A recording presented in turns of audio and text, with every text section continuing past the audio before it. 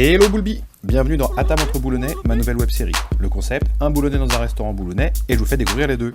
Pour ce 4e épisode, on prend la direction du 46 rue de l'Ancienne Mairie et du restaurant Mano du chef Max Cugnard. Après l'avoir découvert lorsqu'il était chez Plancha à Boulogne, ce lauréat du prix Jeune Talent Goemio en 2020, en même temps que Maurice Sacco, a ouvert son établissement assez récemment, mais a déjà réussi à se faire une place dans le paysage gastronomique boulonnais. La salle est sobre, avec table et chaises en bois brut, casier à vin et une cuisine ouverte juste devant la grande table d'hôte, le spot idéal pour observer le balai en cuisine. Côté menu, on retrouve deux possibilités, le petit kiff en 4 temps à 45€ et le grand kiff en 7 temps à 62€. Et il est évidemment toujours possible de choisir à la carte. A mes côtés aujourd'hui, j'ai la chance de recevoir une ancienne joueuse professionnelle en D1 du club voisin d'Issy-les-Moulineaux, désormais journaliste sportive sur beIN Sport. Il s'agit de... Margot Dumont, je suis journaliste à beIN Sport depuis la création de la chaîne. La création de la chaîne remonte à 10 ans maintenant déjà. Après j'ai été joueuse de football aussi. J'ai joué en D1 féminine notamment à Issy-les-Moulineaux, donc le club voisin, qui s'entraîne maintenant il me semble à Boulogne-Billancourt. Voilà, donc c'était aussi une belle période de ma vie. Mais maintenant ma vie c'est plus les squares avec le petit et le bois de Boulogne. Pour démarrer, je choisis l'œuf bolognaise, un risotto de coquillettes sauce bolognaise au vieux Rodez. On retrouve un mariage entre des spaghettis bolognaises et un mac and cheese pour une entrée hyper régressive et très gourmande. Un tel régal que j'en ai saucé mon assiette.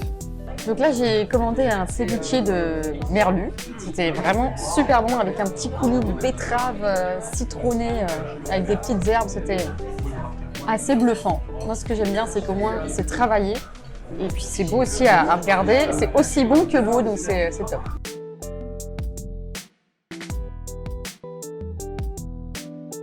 Mon lien avec Boulogne, il est surtout professionnel parce que je travaille à Boulogne depuis que je suis arrivée sur le marché.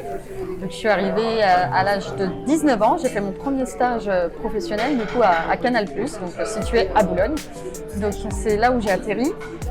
Et derrière, ça s'est enchaîné, hein, parce que toutes les chaînes de télévision sont à peu près dans le même périmètre. Donc j'ai pas tellement bougé. Boulogne, en fait, pour moi, c'est un peu le Hollywood français, finalement. C'est là où sont toutes les chaînes, tous les studios, et puis le showbiz, quelque part aussi. Ça se passe beaucoup là. Donc forcément, ce lien-là est professionnel. Maintenant, il est aussi perso, puisque j'habite à Boulogne. J'habite pas très loin de la frontière de Paris, hein, mais entre le Roland-Garros et le Parc des Princes, Boulogne-Nord. Un quartier que j'aime beaucoup, franchement très sympa, familial, beaucoup d'espace, beaucoup de verdure. J'ai l'impression d'être dans un parc tous les jours en fait, donc c'est vraiment très, très agréable. Ce que j'aime beaucoup, c'est que c'est une ville à taille humaine, à échelle humaine. Vraiment, on peut tout faire à pied, on a des petites habitudes, une vie de quartier, une vie de voisinage qu'on n'avait peut-être pas à Paris. Mais là, à Boulogne, vraiment, j'ai l'impression d'être un peu à la campagne avec le bois de Boulogne qui est vraiment sous mes yeux, quoi, juste à côté. Et puis à la fois avec tous les services et le côté pratique de la ville. Je continue pour ma part avec Ceci n'est pas une blanquette, qui comme son nom l'indique, n'est pas une blanquette mais un plat qui s'en inspire largement malgré tout. Le plat est magnifique avec une jolie présentation comme Max sait si bien les faire, la côte de veau est fondante et tendre, et la sauce blanquette avec les différents légumes forment un ensemble gourmand. Pour le plat, j'ai pris la cocotte veggie que vous avez ici, avec un risotto de graines, légumes de saison, bouillon coco curry. Donc c'était très bon, moi je mange pas beaucoup de viande, en tout cas pas de viande rouge, plutôt de la viande blanche. Donc ça c'était vraiment parfait, je voulais quelque chose sans viande.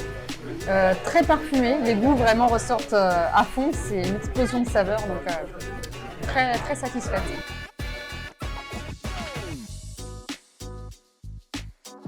Je vais commencer avec mon adresse préférée, c'est la boulangerie Candy qui est sur l'avenue Victor Hugo, donc plutôt Boulogne-Nord.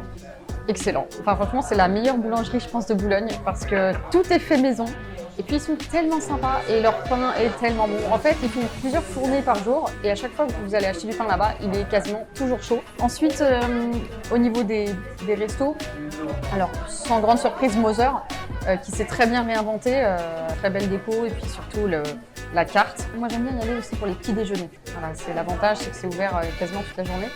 Donc très sympa Moser. Niveau italien, parce que je suis très italien moi.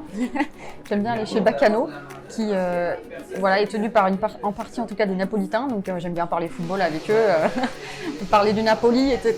Et elles sont très sympas. Quand même mon numéro 1, ça reste la Bella Vita, qui est à l'autre bout par contre de Boulogne, c'est plus vers la Seine.